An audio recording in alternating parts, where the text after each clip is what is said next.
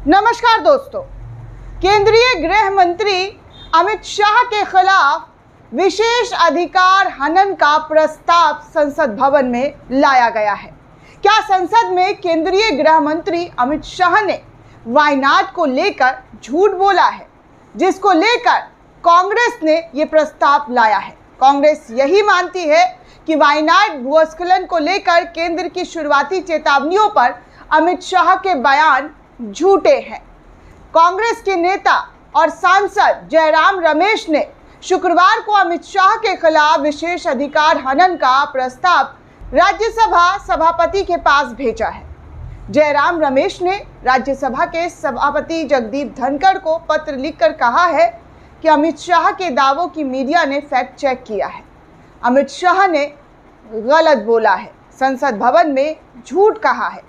अमित शाह ने बुधवार को दोस्तों राज्यसभा में कहा था कि केंद्र ने 23 जुलाई को केरला सरकार को अत्यधिक बारिश और भूस्खलन की संभावना के बारे में चेतावनी दी थी।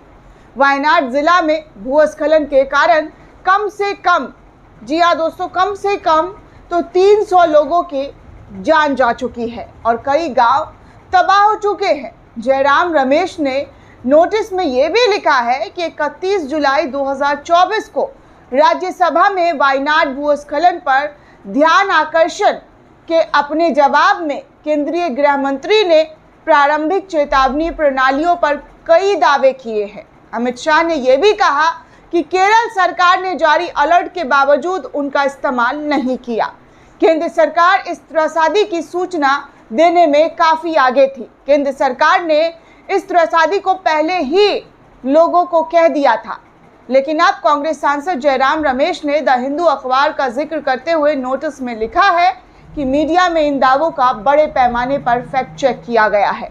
2 अगस्त 2024 को द हिंदू में प्रकाशित ऐसी एक विस्तृत रिपोर्ट है, जहां एक लंबी चौड़ी रिपोर्ट है, फैक्ट चेक रिपोर्ट संकलन लगाया गया है।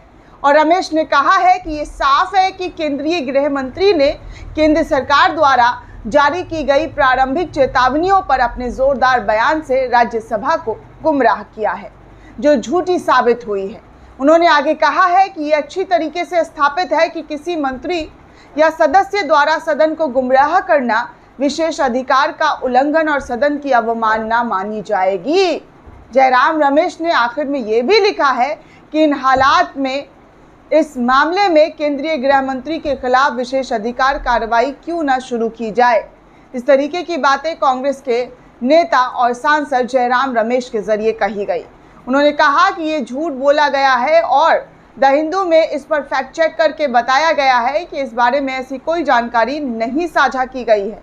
फिर भी केंद्र सरकार में रहते हुए मंत्री इस तरह की बातें जो है वो झूठ बोल रहे हैं। दोस्तों, आप सभी को पता है कि वायनाड में क्या हालत है। वायनाड में बहुत बुरी हालत है, बहुत सारे गांव तबाह हो गए हैं, लोग मर गए हैं। लाशों का जो आंकड़ा है वो लगातार बढ़ता हुआ नज़र आ रहा है। और क्या कोई इतने सेंसिटिव मामले पर झूठ बोल सकता है? दोस्तों, आपको यकीन नहीं होगा, लेकिन जब मैंने ये खबरें पढ़ी तो मैं आपको बता दूं कि कितनी ज़्यादा वहाँ पर हादसा की जो खबरें हैं वो बहुत भयावह है। आप खुद देखिए, खुद समझिए कि किस तरीके से वायनाड में जो त्रसादी आई है उससे वहाँ पर लोगों का क्या हाल हो चुका है। अभी भी ड्रोन के ज़रिए लोगों को ढूंढा जा रहा है, लोग जो लापता हुए हैं उनको खोजा जा रहा है। ये हालत है। मैं आपको एक रिपोर्ट भी दिखाना चाहूँगी कि इस रिपोर्ट में किस तरीके से बताया गया है कि वायनाड में क्या स्थिति है, क्या हालत है। रूह कपा देने वाली स्थिति है दोस्तों। हर कोई प्रे कर रहा है, आप भी प्रे कीजिए कि ज़्यादा से ज़्यादा लोगों की जान बचे, सुरक्षित वो अपने घर को आए। जिस तरीके के हालात है दोस्तों, बहुत ही संवेदना भरी हालात है, बहुत सेंसिटिव हालात है। बहुत, मैं लफ्ज़ों में आपको शब्दों में बयान नहीं कर सकती हूँ कि क्या हालात वहाँ पर हुए हैं, कैसी त्रसादी आई है वहाँ पर। और फिर भी यहाँ पर राजनीति शुरू है। राजनीति करने वालों का जो हर एक चीज़ पर मेरी तेरी करके खुद को बड़ा और महान बनाना वो बहुत आसान है, लेकिन जिस लोगों पर बीत रहा है, जिन परिवारों पर बीत रहा है, वो बहुत मुश्किल है। दोस्तों आपको बता दूं कि हिंदुस्तान लाइव के हवाले से जो खबर निकलकर सामने आई है वायनाड को लेकर, पहले तो आप हेडलाइन देखिए कि क्या हेडलाइन है।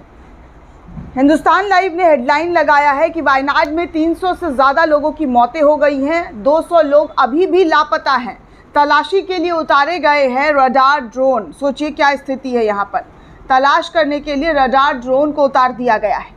वायनाड में भूस्खलन की त्रसादी के बाद 5वें दिन भी तलाशी अभियान जारी है। अब तक 300 से ज़्यादा लोगों की मौत की पुष्टि हो चुकी है और 200 से ज़्यादा लोग अभी भी लापता बताए जा रहे हैं। हालांकि राहत बचाव में लगी एजेंसियों ने हिम्मत नहीं हारी है। शुक्रवार को भी मलबे के नीचे से कई जिंदा लोगों को निकाला गया है। ऐसे में तकनीक की मदद से तलाशी अभियान को जो तेज किया गया है, उसके जानकारी के मुताबिक अब तक 210 से ज़्यादा शव मिले हैं। वहीं अस्पताल में भर्ती लोगों में 187 को छुट्टी दे दी गई है। वायनाड के गांव में भूस्खलन के बाद मलबे और नदी में तलाशी के लिए उन्नत उपकरण और खोजी कुत्तों का भी इस्तेमाल किया जा रहा है। वायनाड भूस्खलन हादसे के बाद व्यवसायी, मशहूर हस्तियां और अस्थायी मुख्यमंत्री आपदा राहत कोष में लाखों करोड़ रुपए जो है दान देने में जुटी हुई है। सेना द्वारा 190 फुट लंबे बैली ब्रिज का निर्माण पूरा होने के बाद खोज अभियान में तेजी से काम चल रहा है। बचाव दलों ने शुक्रवार को भूस्खलन प्रभावित क्षेत्रों में रहने वाले मोबाइल फ़ोन से प्राप्ति अंतिम लोकेशन समेत जीपीएस निर्देशांकों और ड्रोन चित्रों का इस्तेमाल करके मलबे में फंसे लोगों की तलाशी अभी भी जारी है। वायनाड में राहत बचाव रडार वाले ड्रोन को भी उतार दिया गया है। ये ड्रोन धरती से 120 मीटर की ऊंचाई पर उड़ता है और एक बार में 40 हेक्टेयर में सर्च करता है।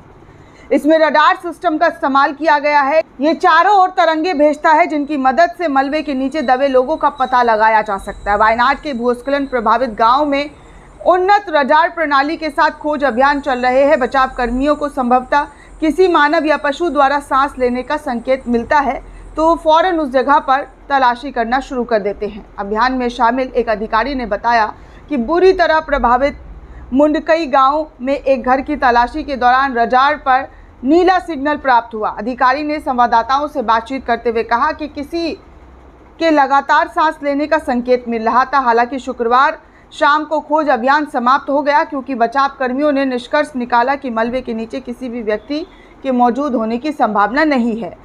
देर शाम फेसबुक पर लिखे एक पोस्ट में मुख्यमंत्री पिनराई विजयन ने कहा है कि लोगों की तलाश जारी है। रडार पर छोटी छोटी हलचल से भी पता लगाया जा रहा है जिससे उम्मीद की किरणें दिख रही हैं। उन्होंने कहा कि ध्वस्त इमारतों के मलबे के बीच बचावकर्मी अपने प्रयास जारी रखे हुए हैं और बचे हुए लोगों को खोजने के लिए दृढ़ संकल्पित है। तो इस तरीके की तमाम बातें जो है मुख्यमंत्री के जरिए फेसबुक पोस्ट पर एक जवाब में दिया गया है। दोस्तों इस पूरे रिपोर्ट को लेकर आप क्या सोचते हैं, आपकी क्या प्रतिक्रिया, हमें कमेंट करके ज़रूर बताइएगा। साथ ही साथ चैनल को ज़्यादा से ज़्यादा लाइक, शेयर और सब्सक्राइब करना बिल्कुल भी ना भूलें। धन्यवाद।